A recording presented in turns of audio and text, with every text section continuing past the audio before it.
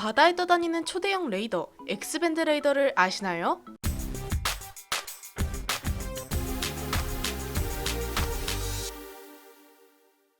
안녕하세요, 지식스토리입니다. 이번에는 레이더의 정점, X밴드 레이더를 알아볼 텐데요. 레이더는 군용부터 민간용까지 정말 많은 곳에서 쓰이는데요. C밴드와 같이 기상 관측에 쓰이는 레이더부터 L, SK 등 정말 많은 밴드들이 있습니다. 이 밴드들은 주파수 영역대를 의미하는 것인데요. X밴드는 8에서 12GHz 주파수 영역의 파장을 사용합니다. X밴드 파장을 이용하게 되면 멀리 있는 물체의 고해상도 이미지를 얻기 쉬운데요. 그렇기 때문에 군용으로 사랑받고 있는 것입니다.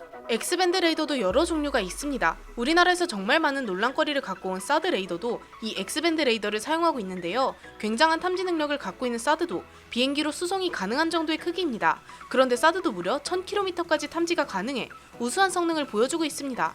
하지만 1000km보다 훨씬 길고 강력한 레이더가 필요했고, 그렇게 된다면 비행기로 실어 옮기기 힘들어졌습니다. 미국 본토에서 큰 레이더를 만드는 것보다 거대한 해상 레이더 기지를 만드는 것이 더 효율적이라 판단했습니다. 그렇게 탄생한 레이더가 바로 SBX입니다. 해상 기반 X밴드 레이더라는 뜻인데요. 2006년에 처음 모습을 드러냈습니다. 사드 정도의 레이더는 탐지거리가 부족하고 이동해서 설치해야 하는 번거로움이 있기 때문에 그냥 커다란 배처럼 만들어서 갖고 다니자는 것이죠.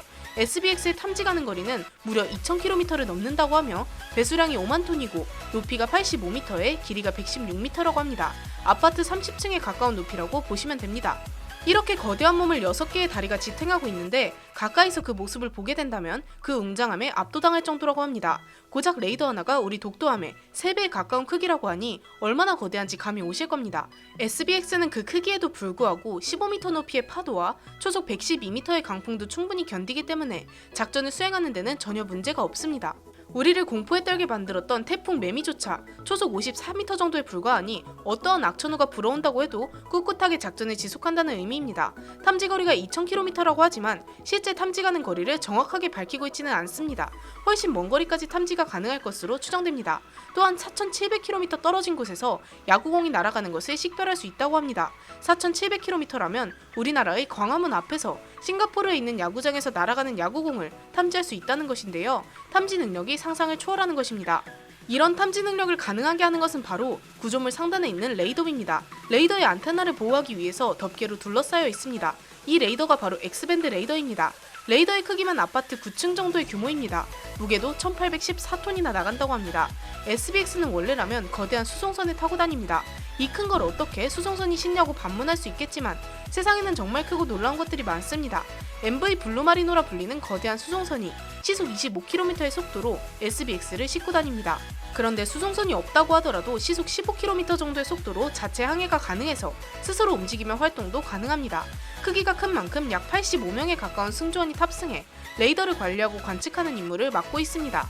군인이 아니라 민간 기술자들이 탑승하고 있습니다.